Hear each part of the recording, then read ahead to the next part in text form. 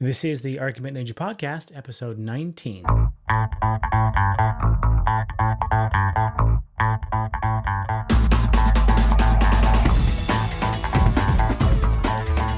Hello, everyone. Welcome back to the show. I'm your host, Kevin Delaplante. On this episode, I want to introduce a very important topic. We like to talk about mental models on this show. Mental models can help us think critically and be more effective communicators and persuaders.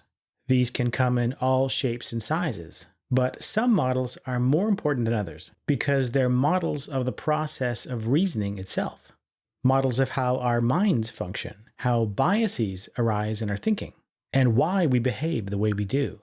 These models come in families that have core features in common, but that differ in other respects.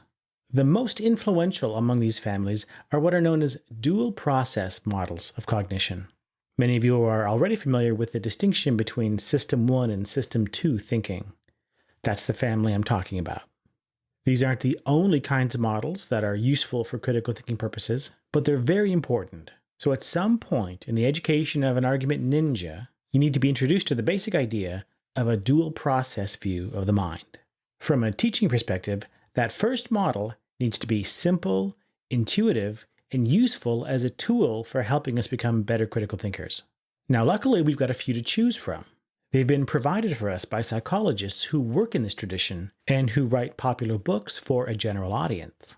So that's one of my goals with this episode, to introduce you to the ways that some prominent psychologists talk about dual process reasoning and the simple conceptual models they've developed to help communicate these ideas. Specifically, we're going to look at dual process models in the work of Daniel Kahneman, Jonathan Haidt, and Joshua Greene. Kahneman you may know as the author of Thinking Fast and Slow. Haidt is familiar to many of the listeners of the show. He's the author of The Righteous Mind, and he introduced the well-known metaphor of the elephant and the rider. Joshua Greene isn't quite as famous as Kahneman or Haidt, but his work in moral psychology overlaps in many ways with Haidt's. And he introduces a very interesting mental model for dual process thinking in his book, Moral Tribes. Now, I have another goal for this podcast. That goal is to help you, the listener, become better critical thinkers and consumers of information about these writers, these mental models, and dual process theories of the mind in general. Now, why is this important? Because it's easy for people to develop misconceptions about these models and what they tell us about human reasoning. Part of the problem, I think, is that most people are introduced to dual process thinking through one of these popular psychology books, either through Kahneman or Haidt or some other author. And a lot of people don't read beyond that one book, that one exposure, at least on the topic of dual process thinking. So it's easy for a reader to come to think that one particular author's version of dual process thinking represents the final word on the subject. When your only exposure is one or two popular science books, you don't have a chance to see these models from the perspective of the author as a working scientist within a community of working scientists who are engaged in very specific scientific projects, trying to answer very specific questions, and who often disagree with one another. The truth is, there isn't just one dual process theory of human cognition. There are many dual process theories, and not all of them are compatible. The territory is much larger and more complex than any given map we may have in our hands. That's important to remember. And as critical thinkers, we shouldn't shy away from having multiple models that address the same or similar phenomena. On the contrary, we should try to accumulate them, because each of these represents a different perspective, a different way of thinking about a set of complex psychological phenomena that are important for us to understand. With these multiple models in our heads, we can then think more critically and creatively about our own reasoning and behavior and the behavior of other people. So, that's my introduction. I hope you enjoy this episode. Let's start with Daniel Kahneman and the model he presents in his 2011 book, Thinking Fast and Slow. The book is a combination of intellectual biography and an introduction to dual process thinking in psychology for the layperson. It became a bestseller partly due to Kahneman's status as a Nobel Prize winner in economics in 2002. But the Nobel Prize was based on the work he did with Amos Tversky on cognitive biases and heuristics that led to a revolution in psychology and launched the field of behavioral economics. In 1974, they published an article titled Judgment Under Uncertainty, Heuristics and Biases, that summarized a number of studies they conducted on how human beings reason about probabilities. They showed that there is a significant and predictable gap between how we ought to reason, based on the standard rules of statistics and probability, and how we in fact reason. This gap between how we ought to reason and how we in fact reason is what they called a cognitive bias. In order to explain these systematic errors in our judgment, they introduced the idea that our brains use shortcuts or heuristics to answer questions about chance and probability.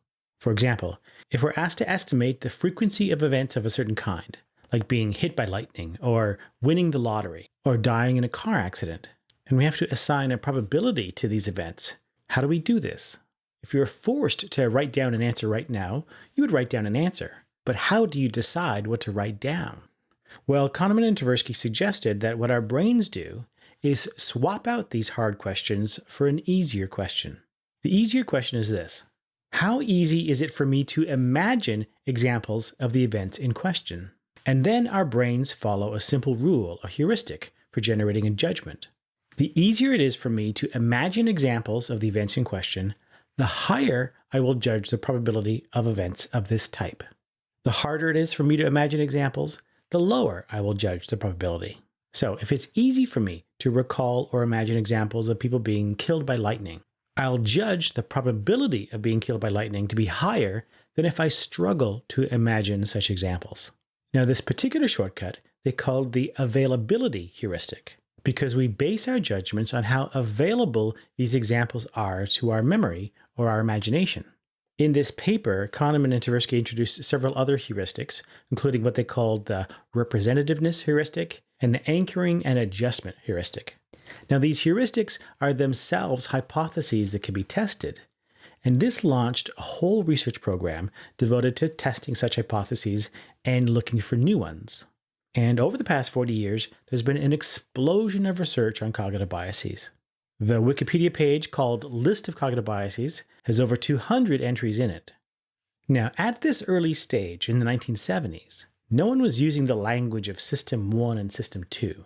But the idea of our brains using two distinct methods of answering these questions was implicit in the experiments and the analysis of the results.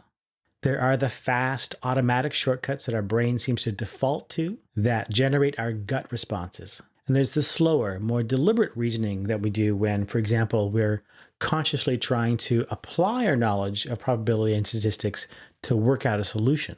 This becomes the template for the System 1, System 2 distinction that Kahneman features so prominently in Thinking Fast and Slow.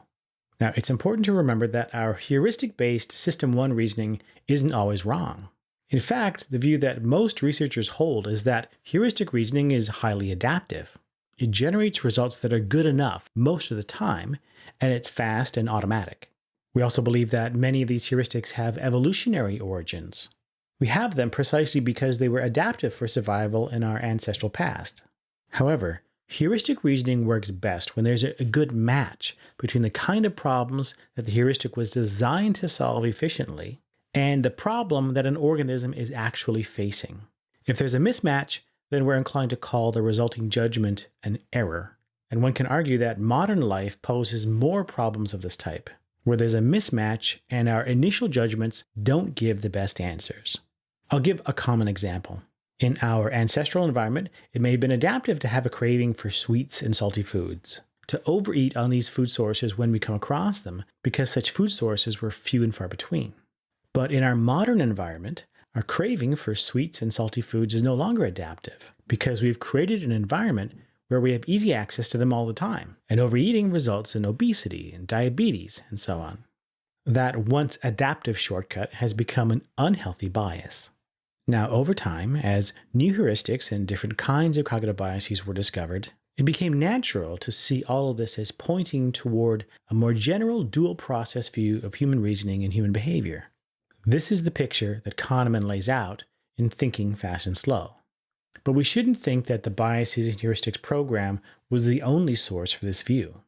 Dual process views have a history that predates Kahneman's use of this language, and that run along independent paths.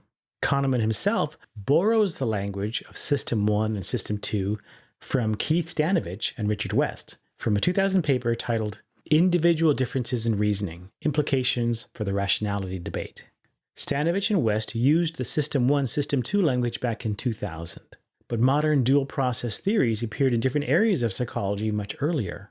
Seymour Epstein, for example, introduced a dual process view of personality and cognition back in 1973 in his work on what he called cognitive experiential self theory. Epstein argued that people operate using two separate systems for information processing: analytical rational and intuitive experiential. The analytical rational system is deliberate, slow, logical, and rule-driven. The intuitive experiential system is fast, automatic, associative, and emotionally driven. He treated these as independent systems that operate in parallel and interact to produce behavior and conscious thought. So, sound familiar? Dual process theories were also introduced back in the 1980s by social psychologists studying social cognition and persuasion. Shelley Chaikin, for example, called her view the heuristic systematic model of information processing. The model states that people process persuasive messages in one of two ways: heuristically or systematically.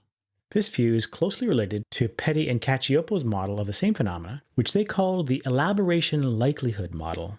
They argued that persuasive messages get processed by what they called the peripheral route or the central route.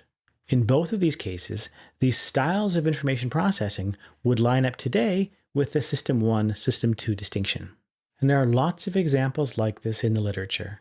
So what you have is a variety of dual process views that have a family resemblance to one another.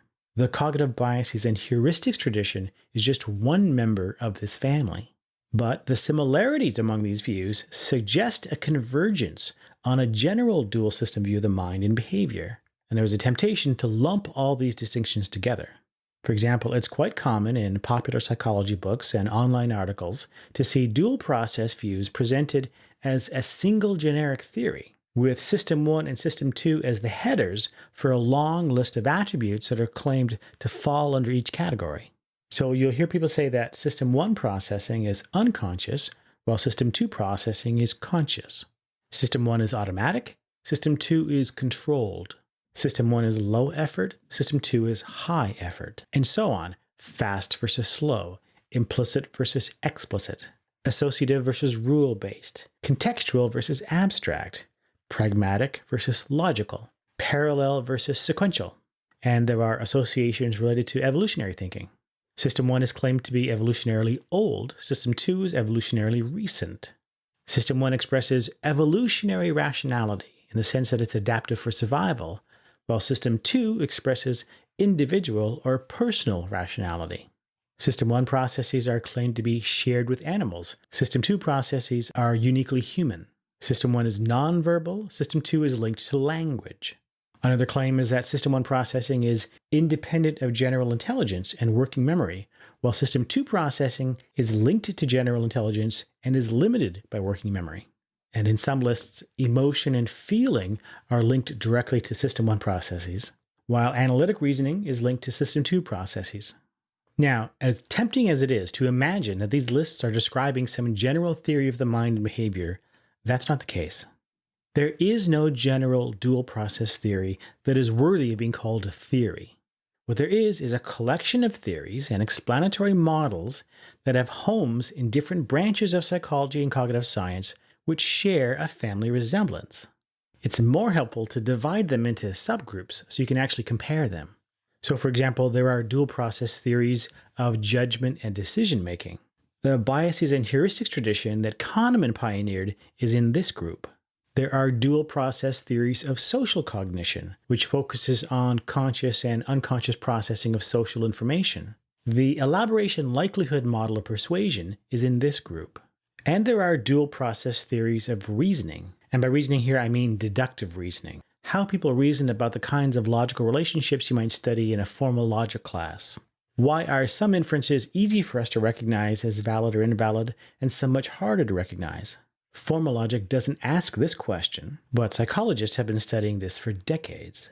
So, to sum up, there's way more diversity in dual process views than you would learn from reading popular psychology books.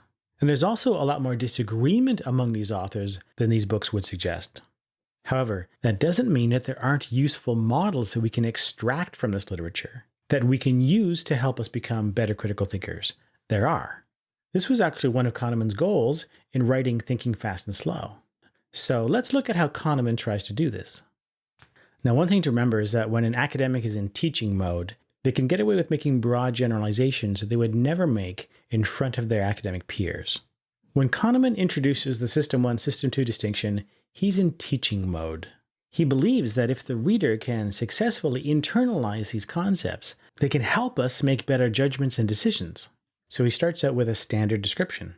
Quote, System 1 operates automatically and quickly, with little or no effort, and no sense of voluntary control. Here are some examples of skills and behaviors that he attributes to System 1. Detect that one object is more distant than another. Orient to the source of a sudden sound. Complete the phrase, bread and... Make a disgust face when shown a horrible picture. Detect hostility in a voice. The answer to 2 plus 2 is... Read words on large billboards. Drive a car on an empty road. Find a strong move in chess if you're a chess master. And understand simple sentences. Now, on the other hand, quote, System 2 allocates attention to the effortful mental activities that demand it, including complex computations. The operations of System 2 are often associated with a subjective experience of agency, choice, and concentration. Here are some examples of System 2 activities. Brace for the starter gun in a race. Focus attention on the clowns in the circus. Focus on the voice of a particular person in a crowded and noisy room. Look for a woman with white hair. Search your memory to identify a surprising sound. Maintain a faster walking speed than is natural for you.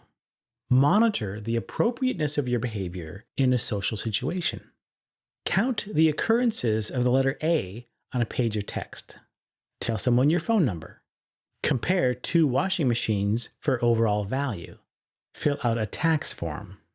Check the validity of a complex logical argument. In all of these situations, you have to pay attention, and you'll perform less well or not at all if you're not ready or your attention is distracted.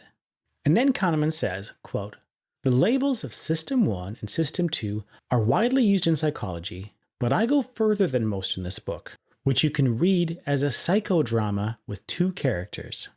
When we think of ourselves, we identify with System 2, the conscious, reasoning self that has beliefs, makes choices, and decides what to think about and what to do.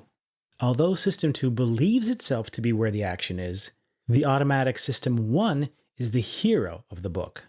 I describe System 1 as effortlessly originating impressions and feelings that are the main sources of the explicit beliefs and deliberate choices of System 2. The automatic operations of System 1 generate surprisingly complex patterns of ideas, but only the slower System 2 can construct thoughts in an orderly series of steps. I also describe circumstances in which System 2 takes over, overruling the freewheeling impulses and associations of System 1. You will be invited to think of the 2 systems as agents with their individual abilities, limitations, and functions. Unquote. So Kahneman is inviting us to think of System 1 and System 2 like characters, in something like the way that the movie Inside Out personified emotions like happy, sad, anger, and disgust. We identify with System 2, our conscious, reasoning self that holds beliefs and makes decisions. But System 2 isn't in the driver's seat most of the time. Most of the time, the source of our judgments and decisions is System 1. System 2 more often plays the role of sidekick, but a sidekick who is under the delusion that he or she is the hero. Now, as Kahneman works through one chapter after another in the book, he introduces new psychological principles and then tries to reframe them as attributes of these 2 characters. For example, there's a chapter on how we substitute one question for another. I gave an example of that already. This is Chapter 9 in Thinking Fast and Slow, called Answering an Easier Question. You're given a target question, and if it's a difficult question to answer, System 1 will try to answer a different, easier question, which Kahneman calls the heuristic question. So if the target question is, how much would you contribute to save an endangered species? The heuristic question is, how much emotion do I feel when I think of dying dolphins? If the target question is, how happy are you with your life these days? The heuristic question is, what is my mood right now? If the target question is, how popular will the president be 6 months from now? The heuristic question is, how popular is the president right now? If the target question is, how should financial advisors who prey on the elderly be punished? The heuristic question is, how much anger do I feel when I think of financial predators? If the target question is, this woman is running for the primary, how far will she go in politics? The heuristic question is, does this woman look like a political winner? So you get the idea. Now there's a step still missing, because if I'm asked how much money I would contribute to a conservation campaign, and all I say is, I really feel bad for those animals, that's not answering the question. Somehow I have to convert the intensity of my feelings to a dollar value. And that's something that System 1 can do as well. Kahneman and Tversky called it intensity matching. Feelings and dollar amounts can both be ordered on a scale. High intensity, low intensity, high dollar amount, low dollar amount. System 1 is able to pick out a dollar amount that matches the intensity of my feelings.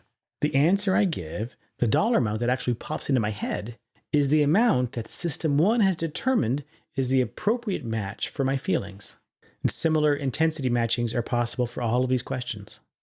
So, substitution and intensity matching is a type of System 1 heuristic processing that we use in a variety of situations.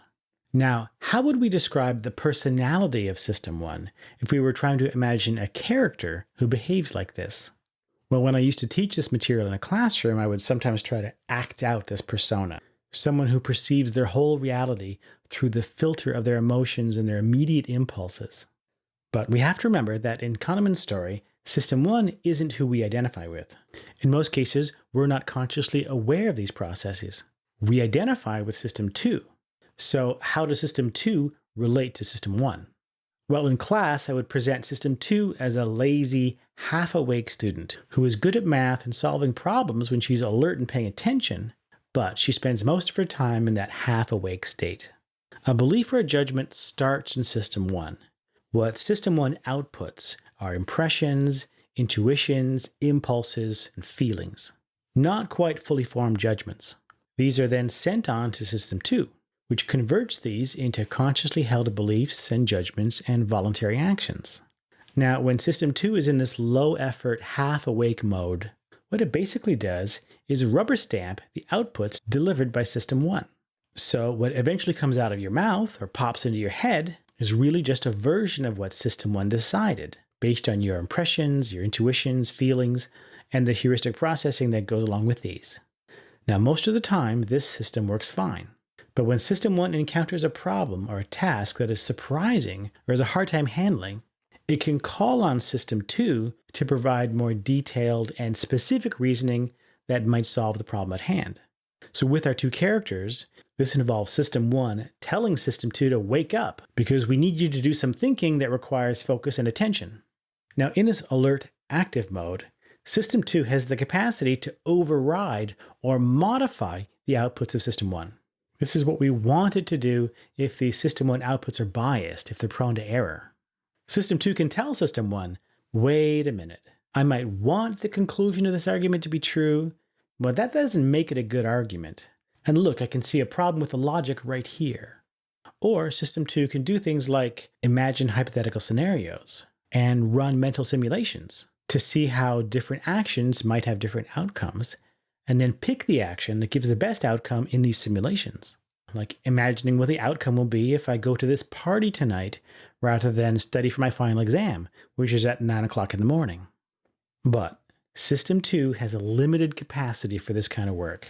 System 2 is fundamentally lazy. Its default mode is to minimize cognitive effort when it can get away with it. This is a really important element of this dual process model. Kahneman calls it the lazy controller. Stanovich calls it the cognitive miser. The principle actually applies to both System 1 and System 2, but it's a particular issue for System 2. So looking at our different possible sources of error, one source of error can come from System 1 when its outputs are biased. Another source of error can come from System 2 when it fails to override the biased judgments that System 1 feeds it, or when it doesn't know how to come up with a better answer.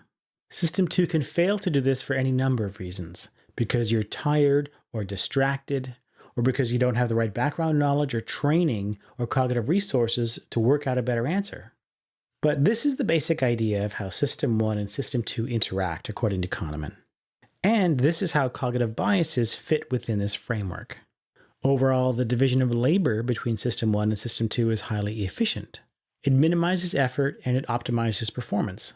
It works well most of the time because System 1 is generally very good at what it does. But the vulnerabilities are real, and what's more distressing is that these vulnerabilities can be exploited.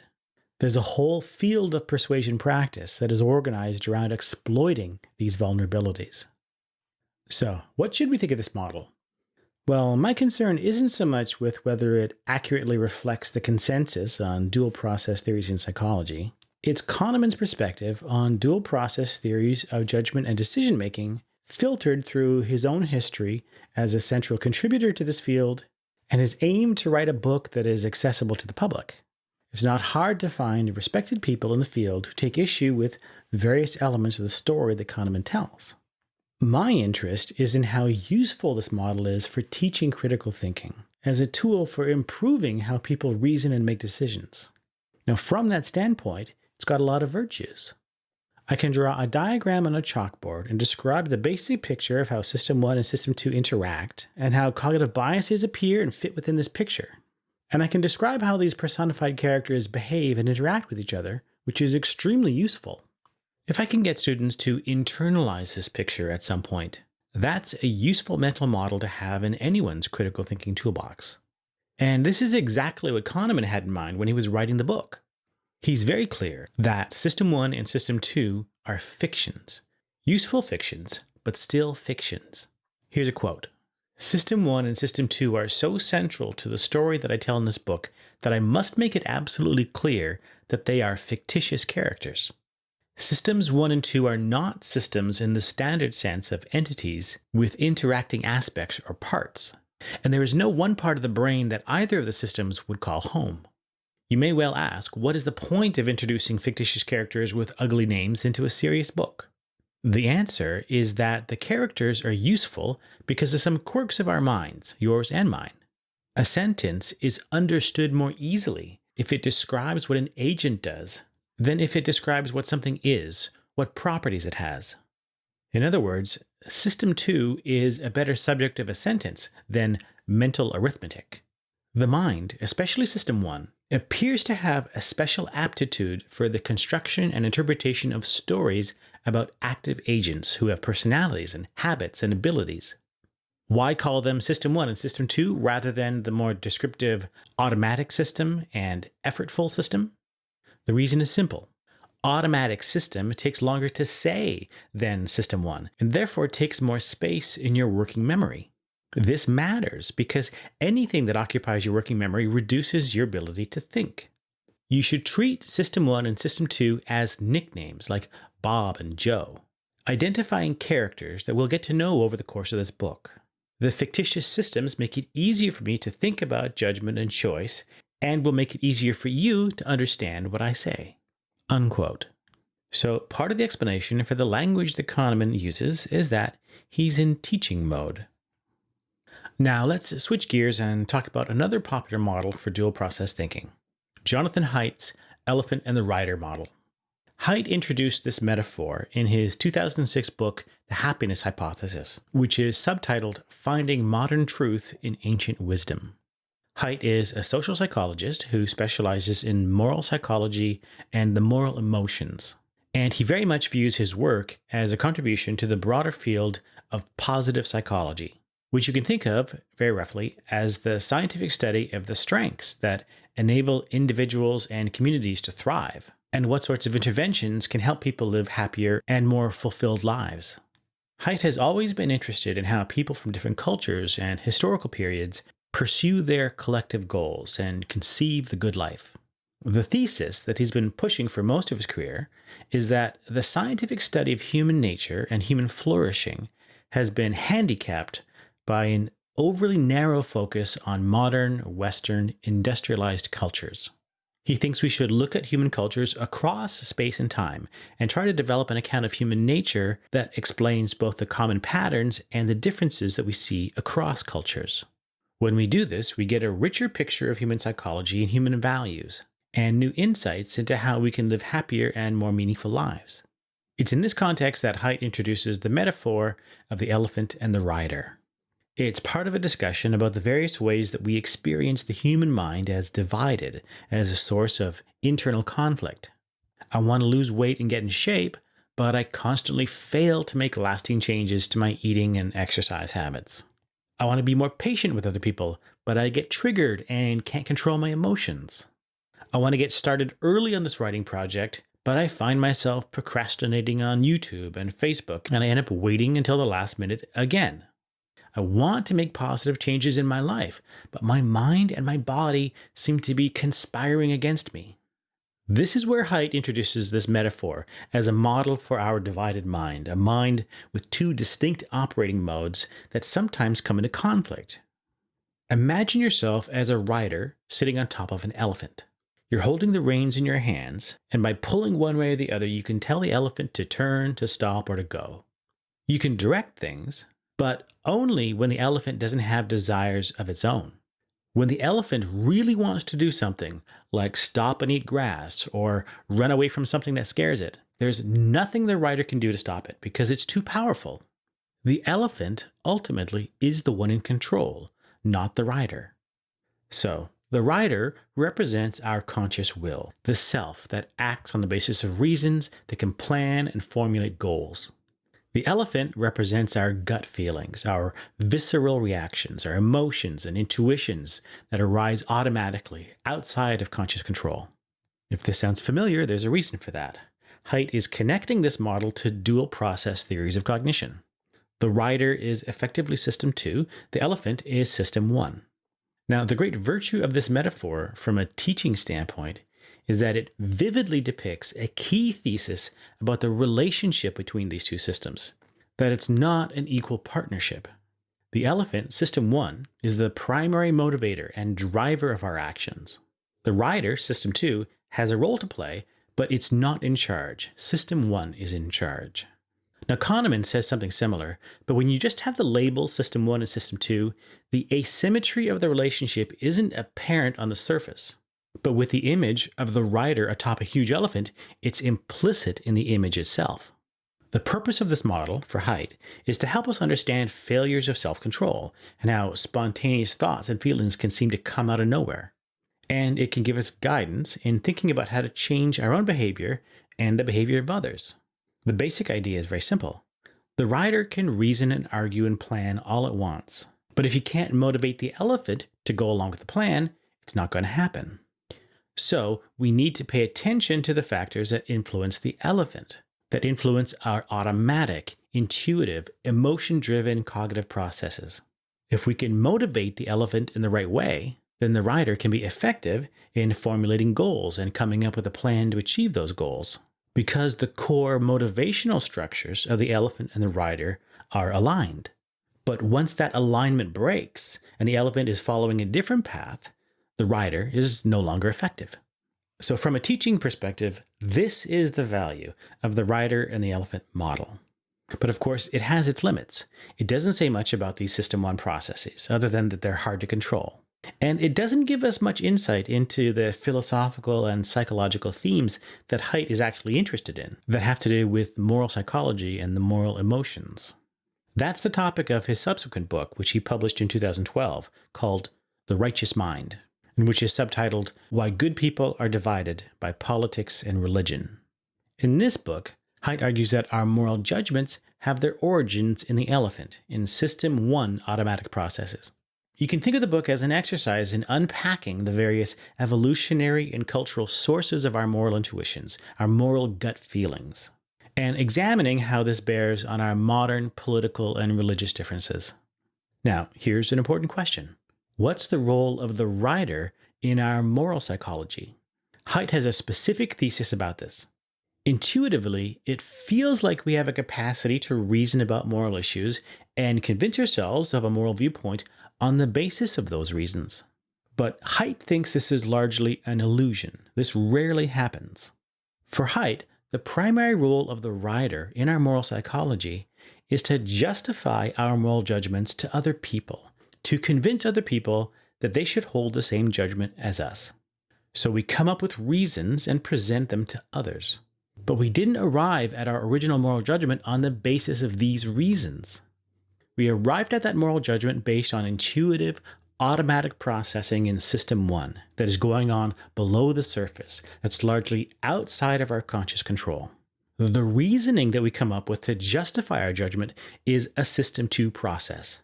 But the main function of this kind of reasoning is to rationalize to others a judgment that's been made on very different grounds.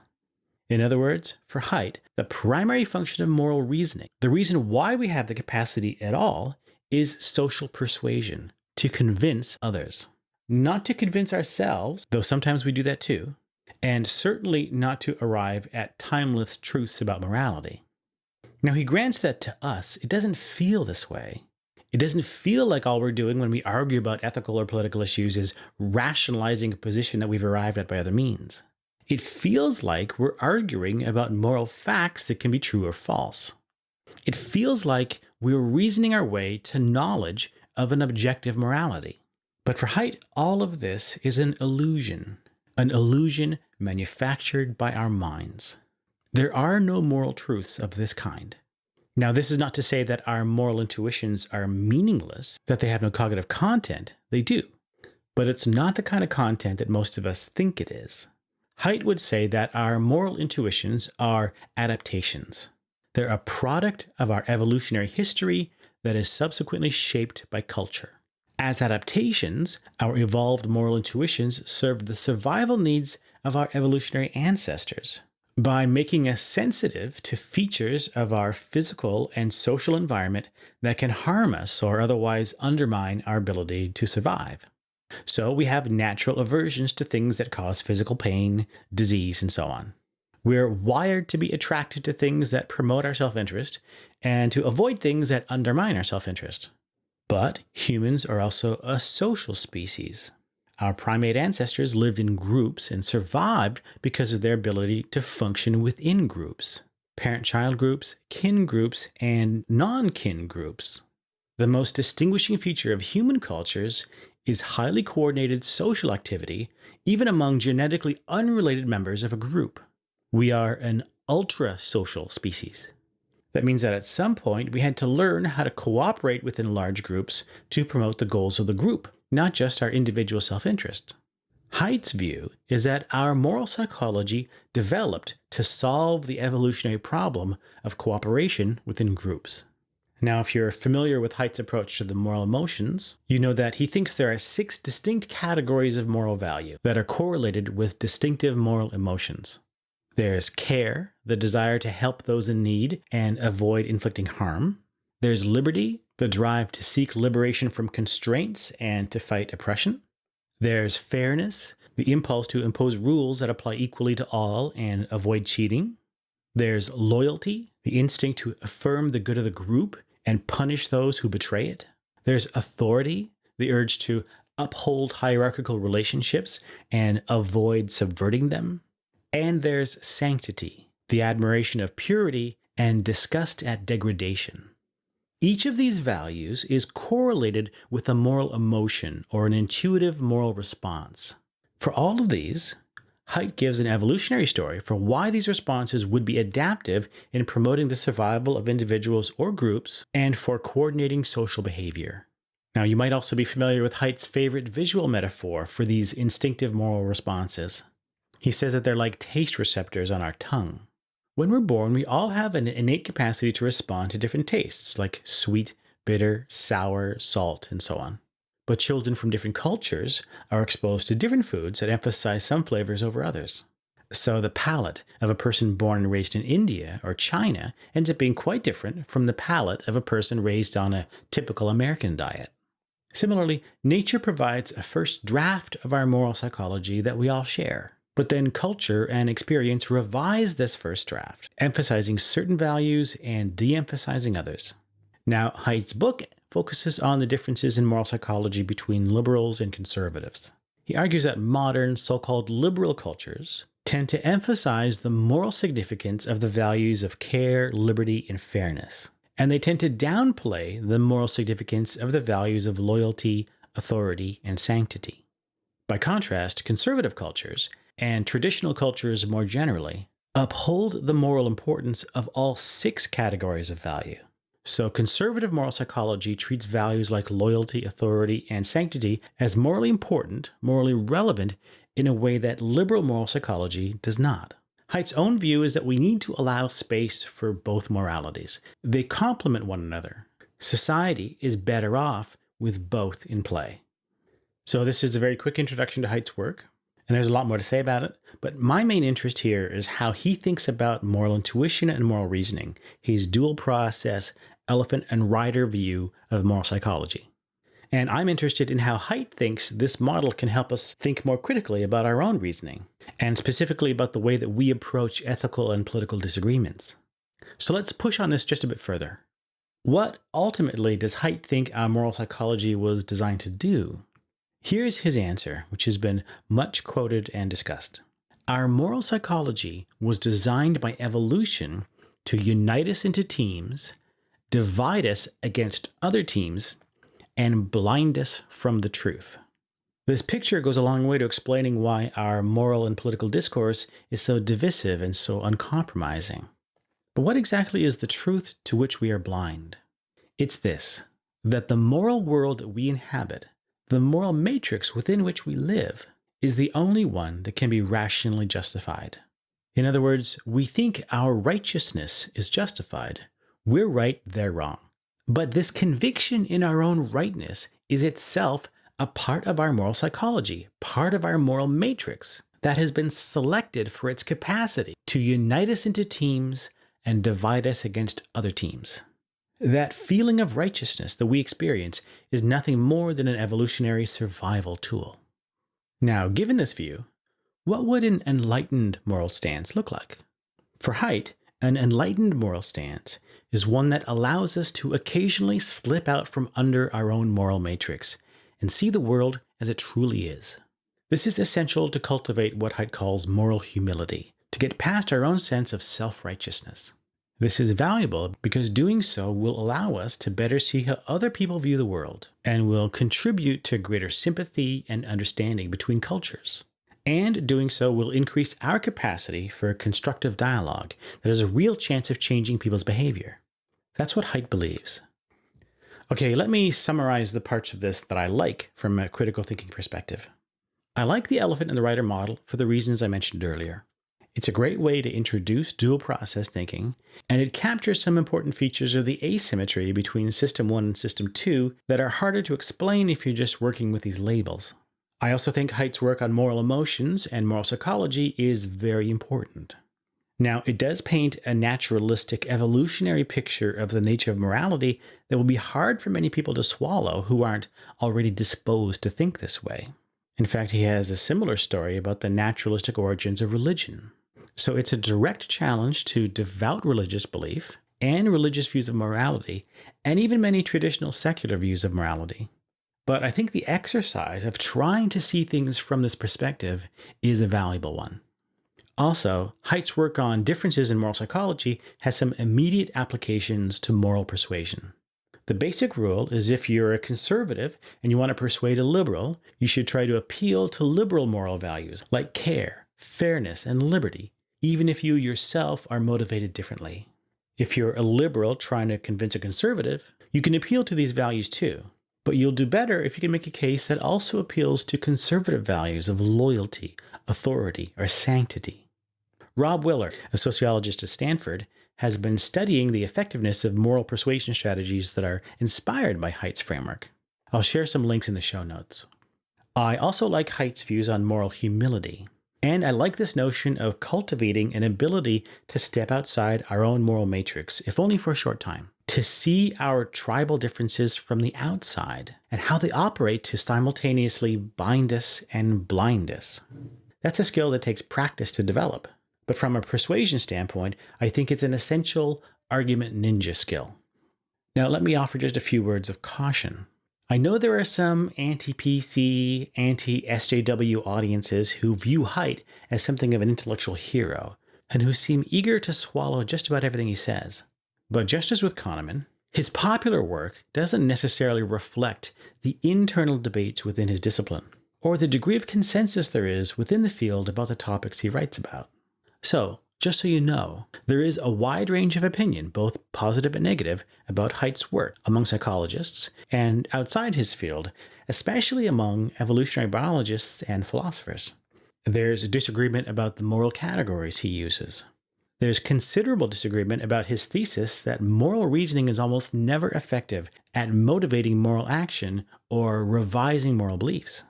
There's a ton of debate over his use of group selectionist arguments in his evolutionary psychology.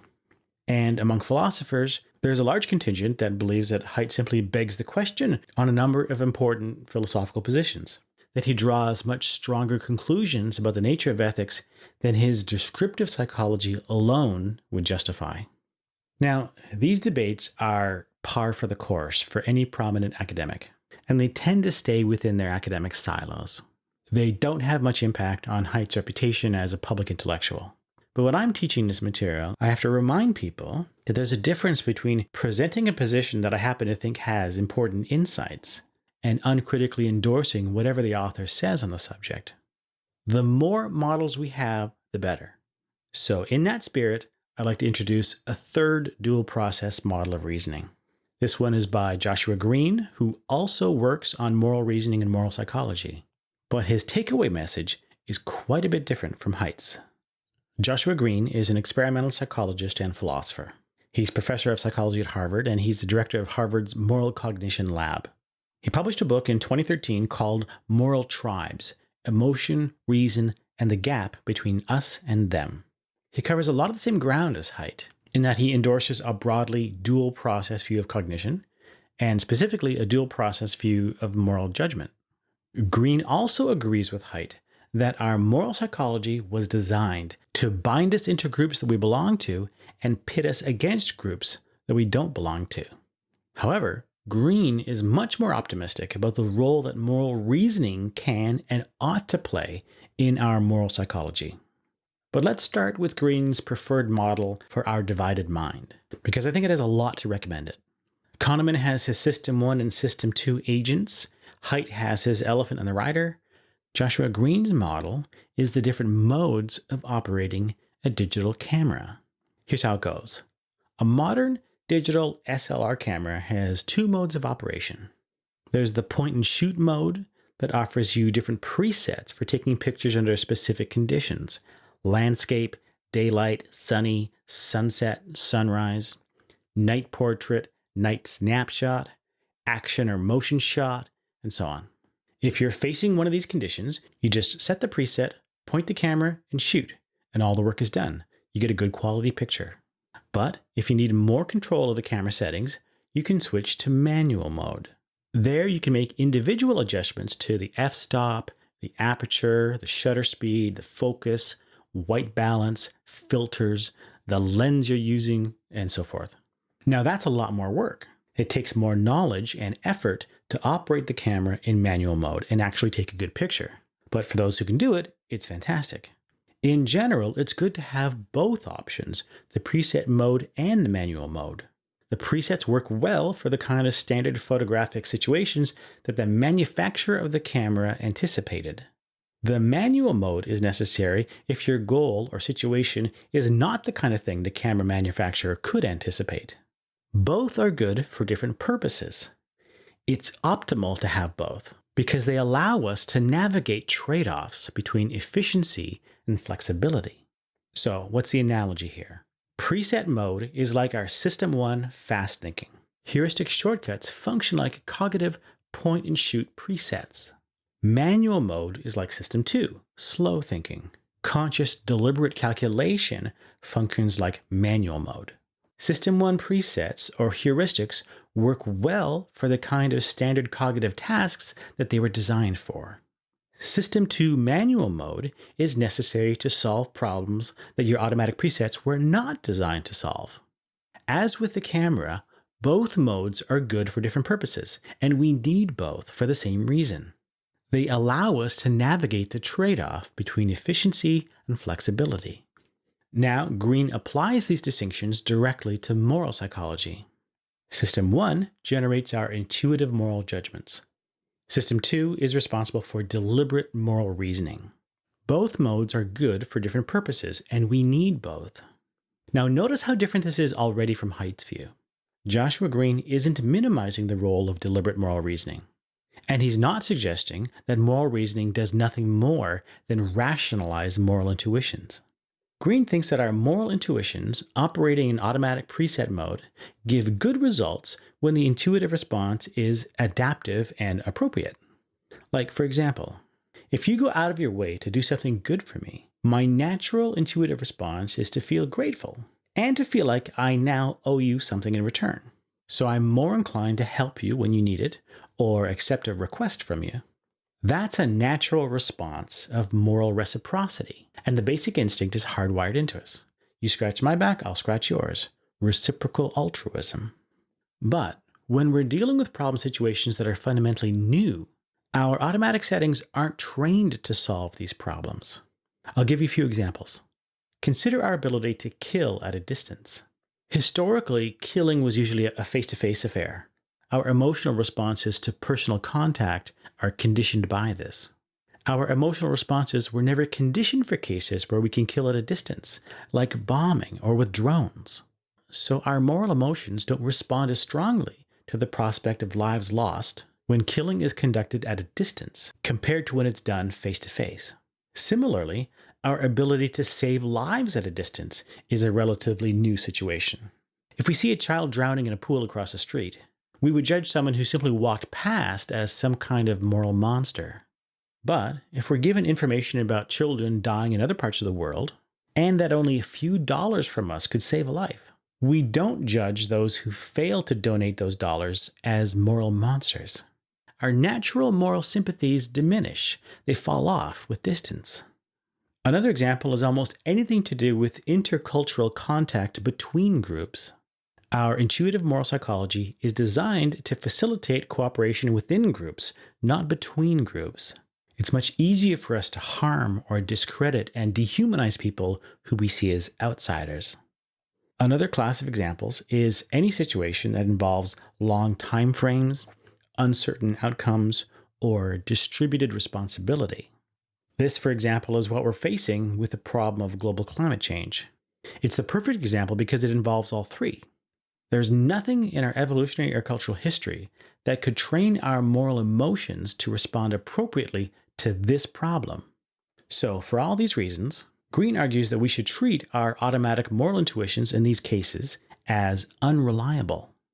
When this is the case, what we should do is place greater emphasis on our deliberate moral reasoning, our system 2 reasoning.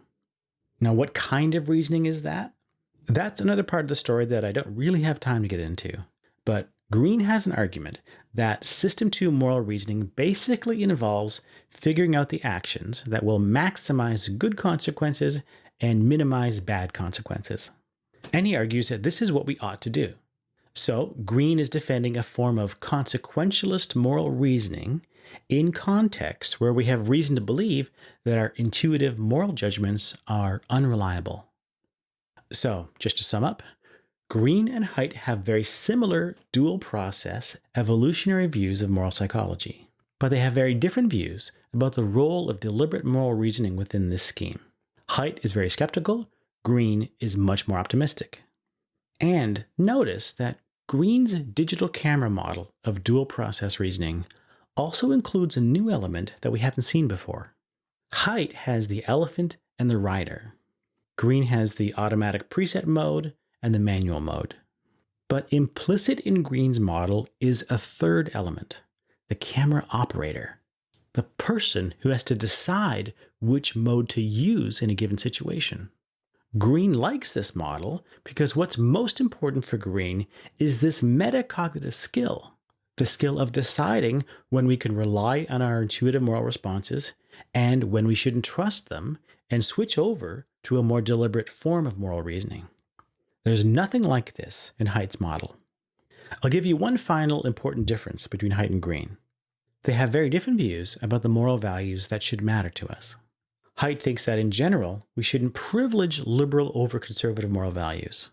that society is better off if we allow for the full range of moral values to thrive. But Greene's argument suggests that we should privilege one of these liberal moral values, specifically the value of caring about happiness, welfare, and suffering. The sorts of consequences that Greene is talking about involve the happiness and suffering of individuals. So our system 2 moral reasoning, according to Greene, should A, have priority in these fundamentally new problem situations, and B, be focused on determining those actions that promote happiness and minimize suffering of individuals. That's quite different from Jonathan Haidt's position. Now, for the sake of fairness, I should add that there are just as many philosophers who take issue with Greene as with Haidt, so neither has a special advantage in this regard. Most moral philosophers are very cautious about inferring normative ethical conclusions from these kinds of empirical arguments. So I think it's time to wrap up. What can we take away from this survey of dual process thinking in psychology? What's the critical thinking upshot? I have a few things to say here. First, remember I talked about the value of having multiple mental models.